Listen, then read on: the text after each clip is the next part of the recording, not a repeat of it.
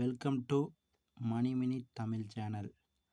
மணிமினி தமிழ் சேனலில் இன்றைக்கி என்ன வீடியோனா, கம்மியான வருமானத்தில் எப்படி நிறைய நம்ம சேவ் பண்ணுறது, சேமிக்கிறது அப்படிங்கிறத இந்த வீடியோவில் பார்க்க போகிறோம்.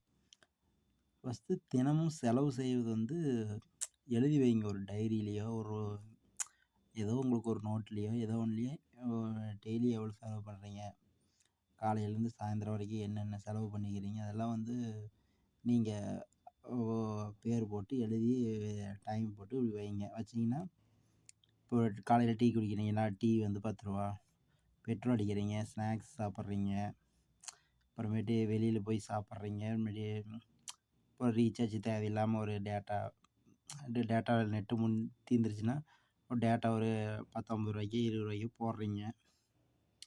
இதெல்லாம் எழுதி வச்சுட்டே வாங்க. டெய்லியும் ஒரு மாதத்துக்கு அப்புறம் எல்லாம் டோட்டல் பண்ணி கூட்டி பார்த்தீங்கன்னா, அந்த ஒரு மாதத்தில் நீங்கள் எது தேவையில்லாத செலவெல்லாம் பண்ணிக்கிறீங்கிறத நீங்கள் பார்த்து உங்களுக்கு தெரிஞ்சுக்கலாம்.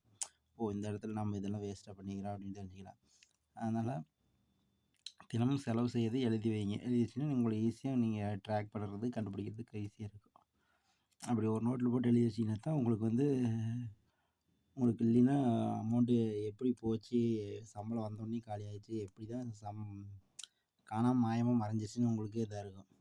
அதனால் என்ன செலவு பண்ணாலும், ரூபா செலவு பண்ணாலும் நோட்டு போட்டு ஒரு டைரியிலையோ ஏதோ ஒன்றுலையோ எழுதி வச்சுட்டு வந்தீங்கன்னா, அப்புறம் ஒரு மாதம் அதுக்கப்புறம் ஒரு மாதத்துக்கு ஒருக்கா நீங்கள் கூட்டி பார்த்தீங்கன்னா உங்களுக்கு தெரியும்.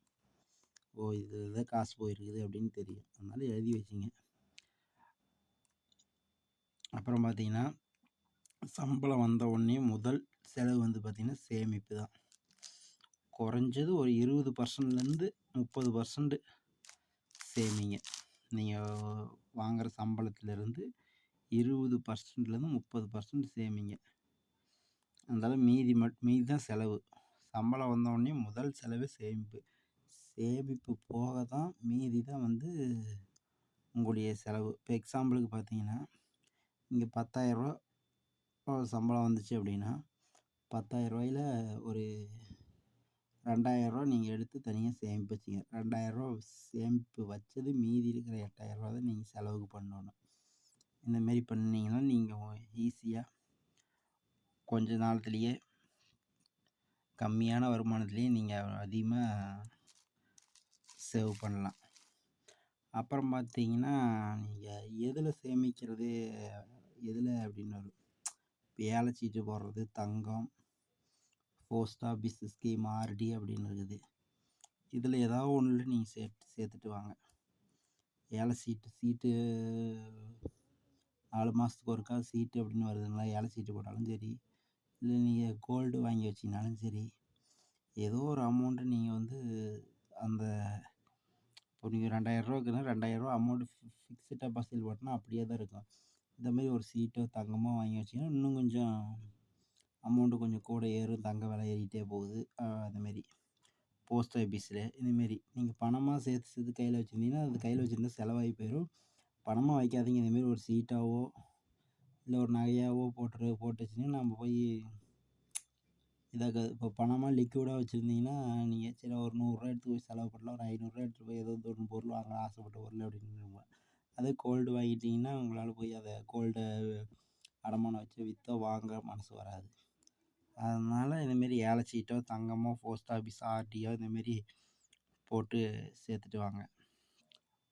அப்புறமேட்டு திட்டமிட்டு செலவு பண்ணுங்கள். எது ஒன்று வாங்கினாலும் ஃபஸ்ட்டு நீங்கள் ஆரம்பத்தில் ஒரு மளிகை கடைக்கு போகிறீங்க அப்படின்னா, என்னென்ன வாங்க போகிறீங்களோ அதெல்லாம் ஒரு லிஸ்ட்டு போட்டுக்கோங்க. மளிகை செலவுனா மளிகை செலவு என்னென்ன வாங்குறீங்க லிஸ்ட்டு போட்டுக்கிட்டிங்கன்னா கொஞ்சம் லிஸ்ட்டு போட்டு ஒரு சந்தைக்கோ சூப்பர் மார்க்கெட்டுக்கோ மளிகை கடைக்கோ போய் அப்படி வாங்குங்க. இதுமாரி திட்டமிட்டு வாங்குங்க. ஃபஸ்ட்டு தேவை விஎஸ் ஆசை ரெண்டுக்கும் வித்தியாசம் பாருங்கள். ஒரு பொருள் வாங்குறீங்கன்னா அந்த பொருள் நம்மளுக்கு தேவையா அத்தியாவசியமான பாருங்கள். இப்போ ஆசைப்பட்டதாக வாங்காதீங்க. ஃபஸ்ட்டு தேவையானா மட்டும் வாங்குங்க. ஆசைப்பட்ட பொருள் அப்புறம் கூட வாங்கிக்கலாம். உங்களுக்கு அத்தியாவசிய பொருள் மட்டும் வாங்குங்க. அப்புறம் பார்த்தீங்கன்னா, வீட்டு செலவு பார்த்தீங்கன்னா குறையுங்க. ஈபி பில்லு, கரண்ட் இப்போ ஃபேனு, லைட்டு இதெல்லாம் வேஸ்ட்டாக எரியுது. நைட்டு ஃபுல்லாக எரிச்சிட்டு இருக்குது. எந்தெந்த இடத்துல லைட் ஆஃப் பண்ணணும், ஃபேனை வந்து தேவைன்னா மட்டும் போடுங்க. இந்த மாரி உங்களுக்கு இப்போ ஃபேனு, லைட்டு இதெல்லாம் ஆஃப் பண்ணிக்கிங்க. கேஸ வந்து நீங்க மூடி வச்சு சமைங்க. கேஸ் ஓப்பன் பண்ணி சமைச்சிங்கன்னா ஆவியாகி போயிரும். அதனால கேஸ் வந்து விறகடுப்பு சமைக்கிற மாரி இருந்தால் விறகடுப்பு யூஸ் பண்ணிக்கங்க. இது மாரி கேஸ் சேவ் பண்ணலாம். ஏன்னா கேஸினுடைய ரேட்லாம் இப்போ ஏறிட்டே போயிட்டுருக்குது. அப்புறம் தண்ணியும் பார்த்து சிக்கனமா போலாங்க. குடிக்கிற தண்ணிய நீங்க வேற எதுக்கும் வீணாக்காதீங்க. குடிக்கிற தண்ணி குடிக்கிறதுக்கு மட்டும் யூஸ் பண்ணுங்க. அந்த மாரி இது பண்ணுங்க. மறுபடியும் குடும்ப சேமிப்பு பழக்கம். எல்லாரும் சேர்ந்து சேவ் பண்ணுங்க. உங்க குடும்பத்தில இருக்கிறவங்க எல்லாரும் சேர்ந்து சேவ் பண்ணுங்க. உங்க குழந்தைகளுக்கும் சேமிப்பு பத்தி சொல்லிக் குடுங்க.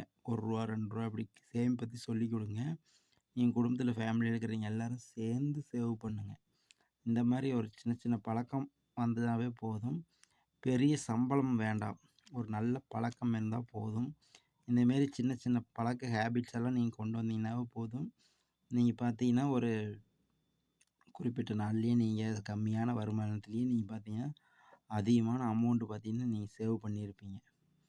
ஸோ இந்த வீடியோ உங்களுக்கு யூஸ்ஃபுல்லா இருந்துச்சு அப்படின்னா, லைக் லைக் பண்ணுங்க, சப்ஸ்கிரைப் பண்ணுங்க.